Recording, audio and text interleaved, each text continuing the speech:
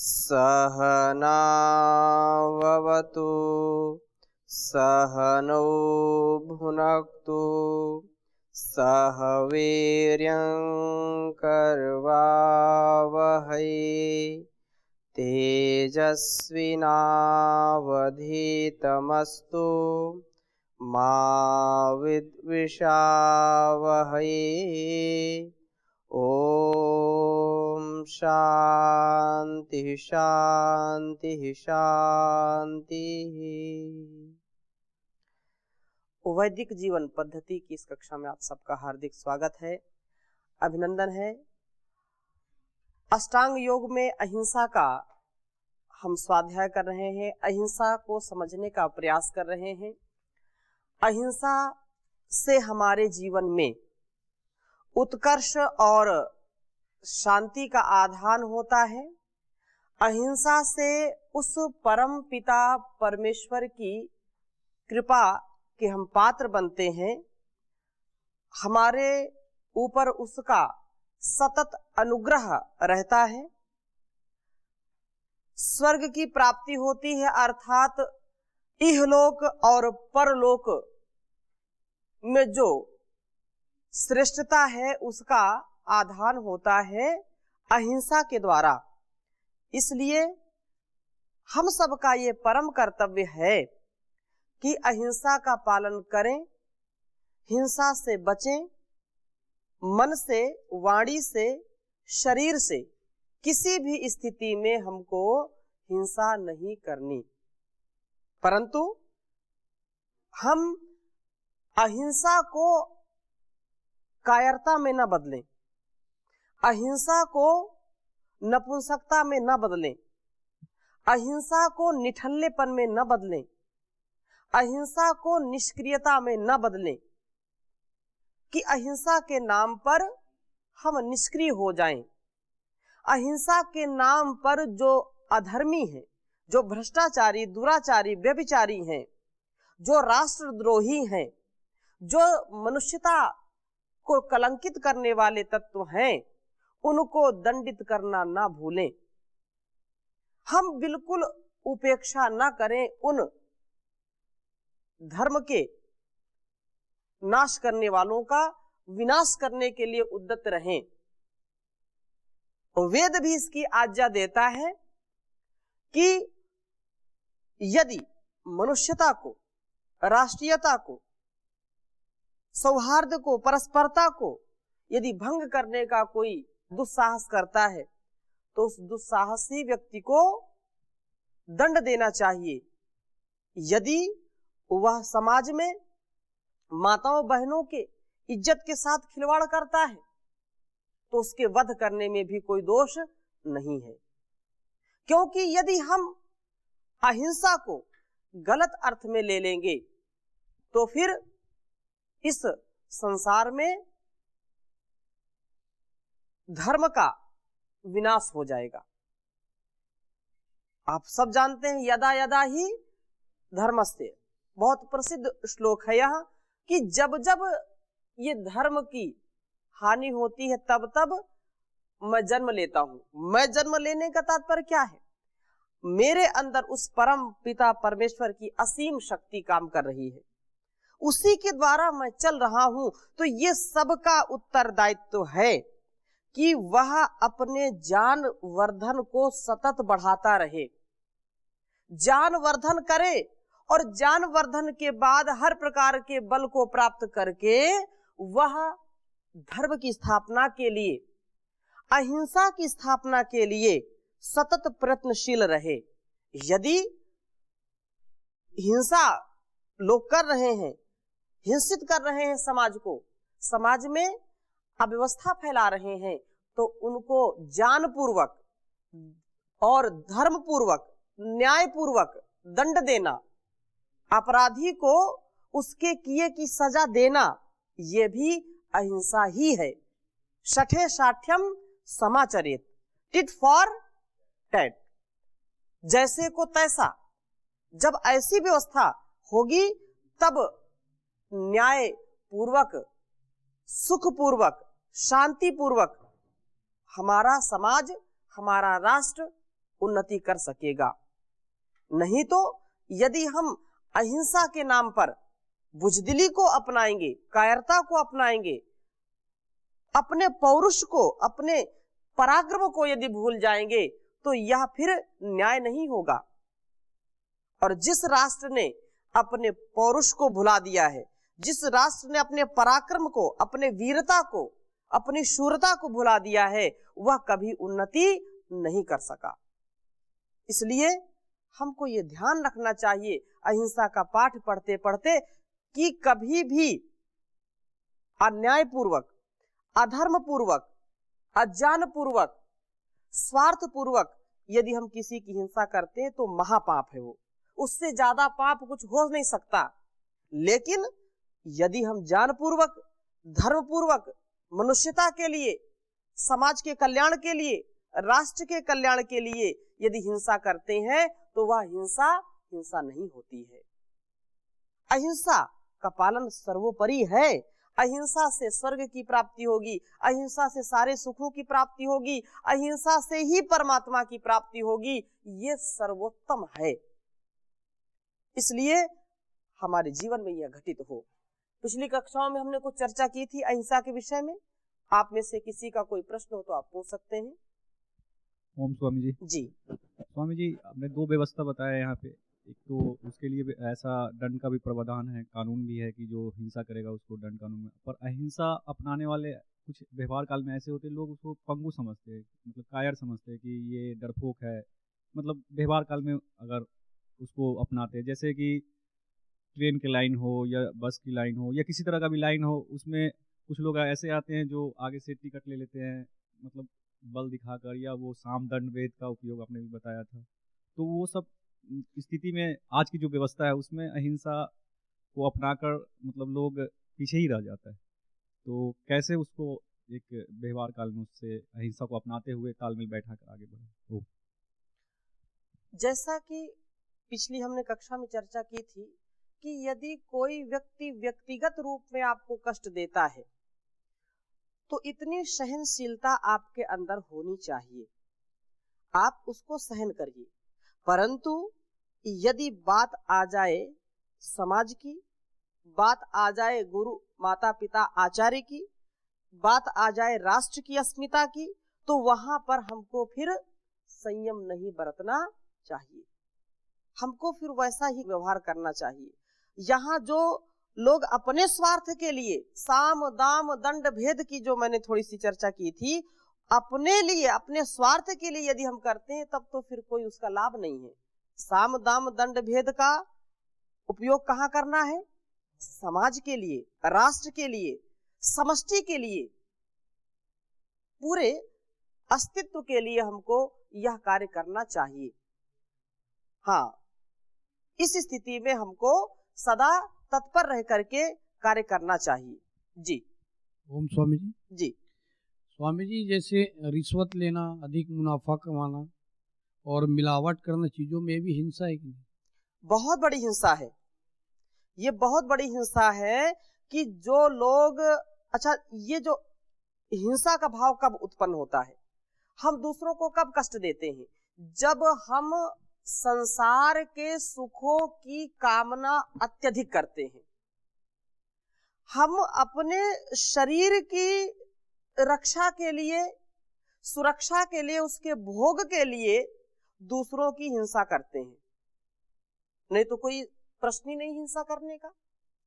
लेकिन जब हम समझते हैं कि ये मेरे आर्थिक उत्थान में यह जो है रास्ते में बाधा है, तो उसको हटाना चाहते हैं। मेरे इंद्रिय सुख में यह अमुक व्यक्ति जो है बाधा बन रहा है, तब हम उसको हटाना चाहते हैं, उसका तिरस्कार करते हैं, उस पर अत्याचार करते हैं, उस पर प्रहार करते हैं। जब हम अपने इस शरीर की, इन इंद्रियों की भूख को प्रधानता देंगे तब हिंसा जरूर करेंगे।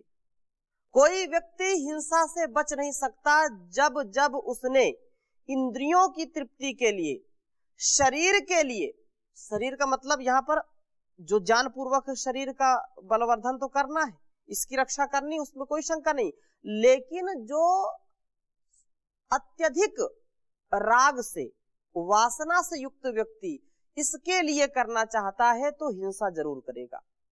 वैसे तो हिंसा तो होती ही होती है। हमारे इस जीवन को जीने के लिए कितने प्रकार के जो पदार्थ हैं, उन पदार्थों को प्राप्त करने में हिंसा होती ही होती है। यदि आप ताली भी बजाते हैं तो जो है हिंसाएं हो जाती हैं, क्योंकि अनेक प्रकार के, आप चलते हैं तो हिंसा होती है। तो क्या चलना छोड़ देंगे? नहीं छोड़ेंगे। आप छींकते हैं, आप जम्हाई लेते हैं तो कितने प्रकार के जो है बैक्टीरिया नष्ट होते हैं, कीटाणु नष्ट होते हैं। और ताली बजाते हैं तो जो सूक्ष्म जीव होते हैं वो भी नष्ट होते हैं। तो हमारा जो जीवन है वो बिना हिंसा के नहीं है, परंतु जहां तक हमको हो सकता है ज्ञान पूर्वक हम हिंसा ना करें। ये मनुष्य का जीवन या ये बड़े विशाल पशुओं का जीवन हिंसा पर ही आधारित होता है, परंतु हम जहां तक हो सके हिंसा से बचें। तो मैं ये कह रहा था कि हिंसा कब हम आरंभ करते हैं? जब अपनी इंद्रियों को तृप्त करना चाहते हैं तब हमसे हिंसा होती है। ये पार्थिव जो सुख है, जो भौतिक सुख है, पृथ्वी का जो सुख है, उसको पाना चाहते हैं, और जब उसमें कोई बाधक बनता है, बाधा उत्पन्न करता है, तो उसके प्रति क्रोध आता है, उसके प्रति रोष आता है, और हम उसको अनेक प्रकार से दंडित करना चाहते हैं। सुख भोग, जो सुख की कामना है, जो मजा लेने की कामना है, वो हिंसा को पैदा करती, हिंसा को जन्म देती है। कोई केवल हंसी हंसी में, केवल ओछे मनोरंजन के लिए, अपने को क्षणिक सुख प्रदान करने के लिए अनेक प्रकार के जीवों की हत्या करता है, अनेक प्रकार के जीवों को परेशान करता है, वो भी बहुत बड़ी हिंसा है। तो कहने का आशय ये है कि जब जब हम आत्मा को छोड़ करके शरीर को पकड़ेंगे, शरीर को मुख्य मानेंगे, शरीर के लिए करेंगे, तो हिंसा जरूर होगी। यदि आत्मा के लिए हम कार्य करना आरंभ कर दें तो हिंसा की आवश्यकता ही नहीं।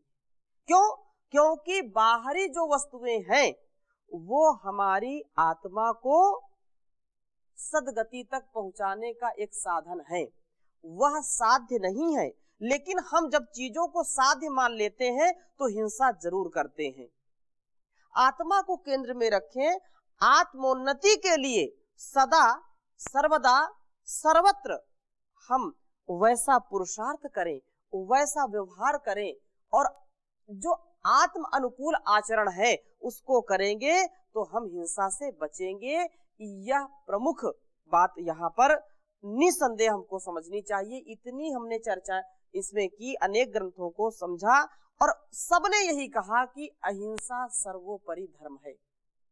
यदि आध्यात्म में आप बढ़ना चाहते हैं तो अहिंसा से बढ़कर के कोई साधन नहीं है।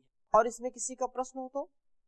ओम स्वामी जी, जी जैसे अपन बकरी का दूध, भैंस का दूध, गाय का दूध निकालते हैं, जी तो वो बच्चों अंसा नहीं है?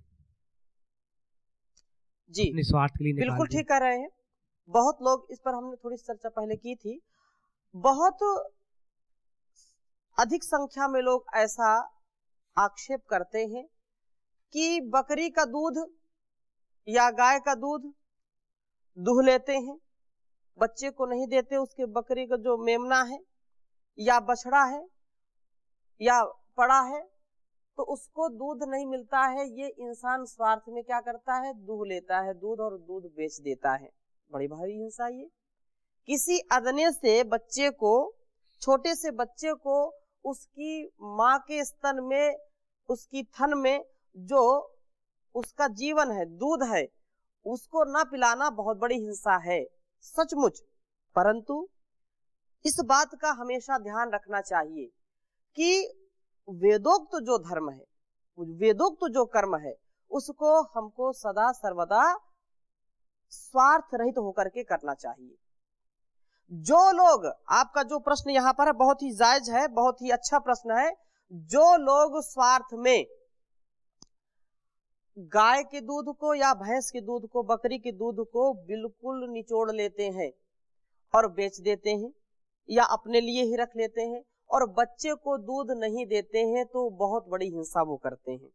परंतु वे लोग जो बच्चे के लिए पर्याप्त दूध है, जैसे कोई गाय 10 लीटर दूध देती है, 20 लीटर दूध देती है, 25-25, 30-30 लीटर दूध देने वाली गाय हैं, कोई 5 लीटर, कोई 2 लीटर भी देती है, तो यह संभव नहीं है कि उसका बछड़ा 10 लीटर दूध पी जाए।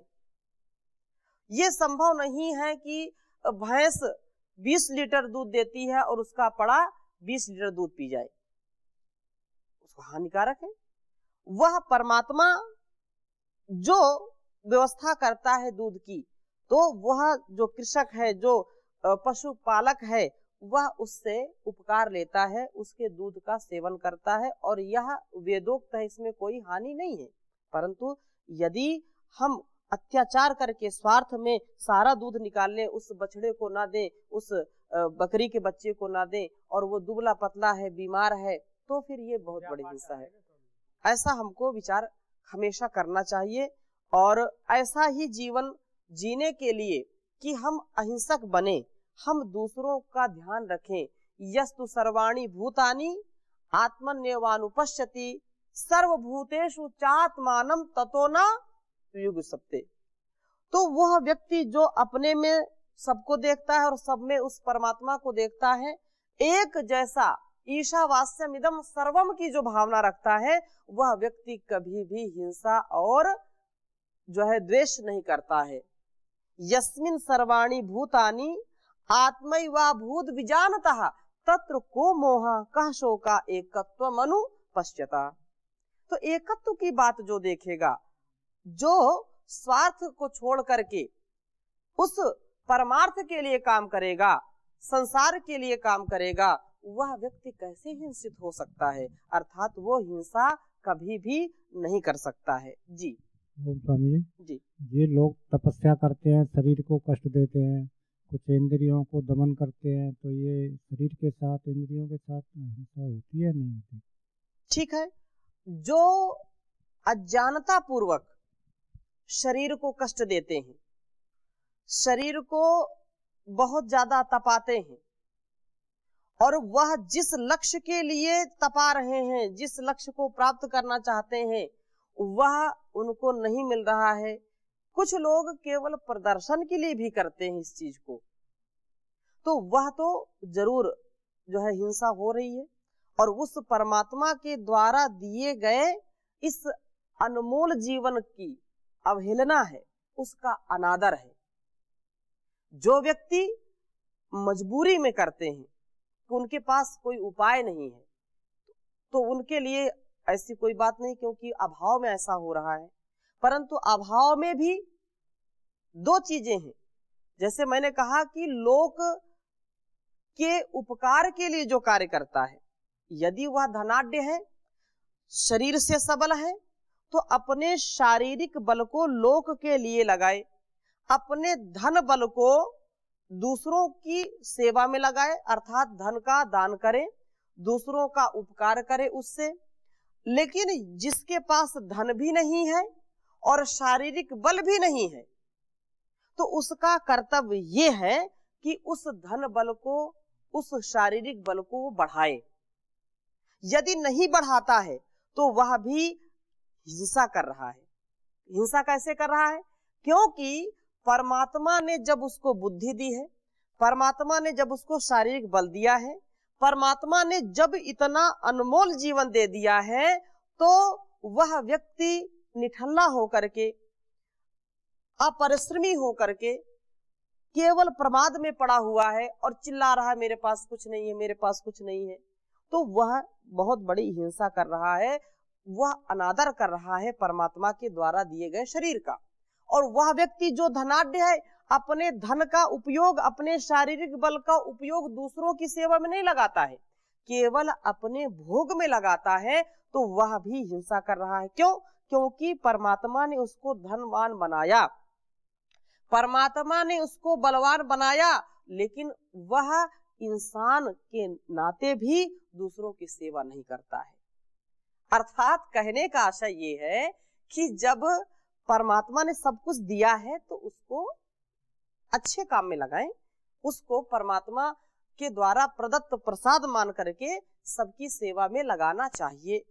यह हमको सीख लेनी चाहिए कि हमारा जो भी सामर्थ्य है, बौद्धिक सामर्थ्य है, शारीरिक सामर्थ्य है, धन का सामर्थ्य है, वह लोकोपकार के लिए हो, संसार के लिए हो। भगवान मेरा जीवन उपकार के लिए हो, संसार के लिए हो, ऐसी भावना से हमको ओतप्रोत रहना चाहिए।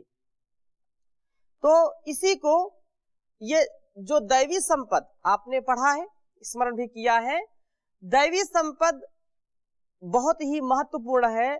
गीता में प्रत्येक व्यक्ति को इसका पाठ करना चाहिए और इसके अनुसार जीने का प्रयास करना चाहिए। इसमें भी दैवी संपद जो गीता का 16वां अध्याय है, इसमें दूसरा श्लोक ये है, देव और असुर संपद विभाग योग इन्होंने ऐसा किया है। तो अभयम सत्व संशुद्धिर ज्ञान योगा व्यवस्थिति दानम दमश्च यज्ञश्च स्वाध्याय तप आर्जवम। और दूसरा जो श्लोक है ये हम सब के लिए विशेष है, क्योंकि अहिंसा का यहाँ पर हम स्वाध्याय कर रहे हैं। तो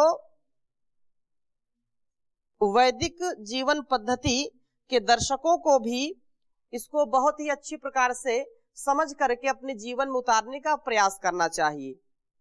कह रहे हैं योगेश्वर श्री कृष्ण जी की अहिंसा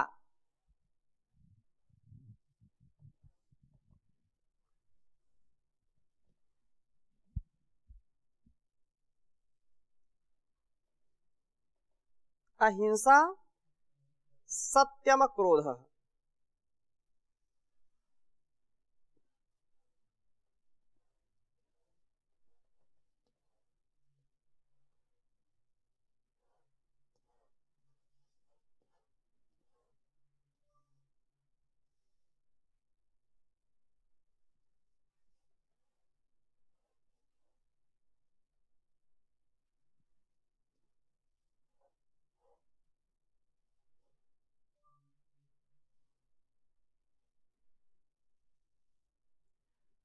सत्यम क्रोधस् त्याग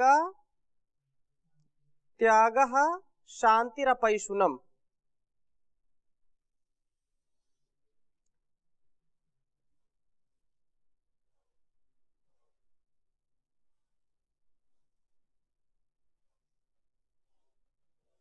शांति प्रपैशुनम।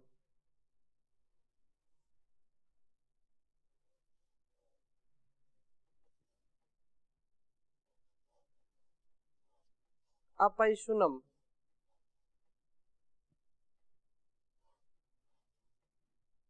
यहाँ लिख दीजिए, अपैशुनम। आगे कह रहे हैं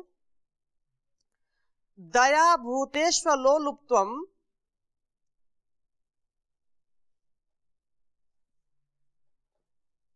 दया भूतेषु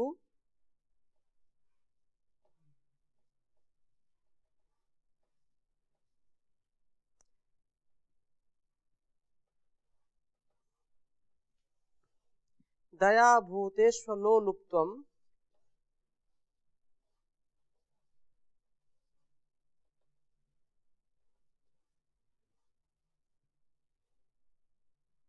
मार्दवम ह्रीरचापलम।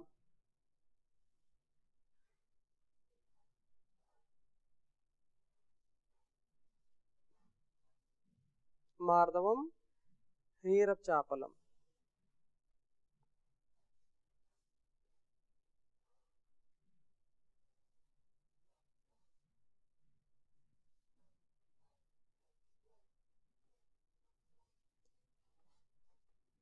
उच्चारण करेंगे अहिंसा सत्यम क्रोध त्यागः शान्तिरपैशुनम् दया भूतेष्वलोलुप्त्वम्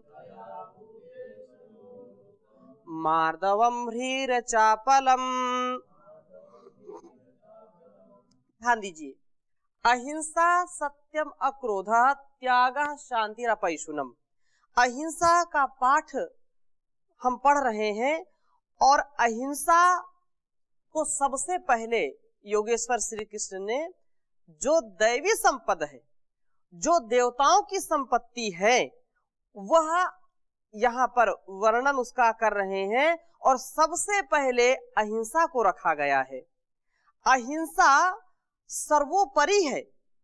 यद्यपि योगेश्वर श्री कृष्ण महाभारत के उस महायुद्ध में अग्रणी भूमिका निभा रहे हैं कुरुक्षेत्र में, परंतु जैसा कि हम चर्चा कर रहे हैं बराबर कि धर्म के लिए चाहे महायुद्ध करना पड़े, वह भी अहिंसा की ही कोटि में है। लेकिन यदि अज्ञानता और अधर्म स्वार्थ में यदि हम कोई कार्य करते हैं तो वह हिंसा कहलाती है। विशेष बात यहां समझने की है कि अहिंसा को सबसे पहले क्यों रखा। अहिंसा यदि हमारे जीवन में घटित होगी तो ये सारी चीजें घटित हो जाएंगी। यदि अहिंसा नहीं घटित होगी तो हम सत्य भी नहीं बोल सकते। अहिंसा सत्यम। यदि हम हिंसा का भाव रखेंगे तो जरूर हम असत्य बोलेंगे। असत्य बोलना भी एक प्रकार की हिंसा है। सत्य को छिपाना ये हिंसा है। झूठ बोलना ये हिंसा है। सत्य सत्य बोलना, सबके उपकार के लिए बोलना, यह अहिंसा है।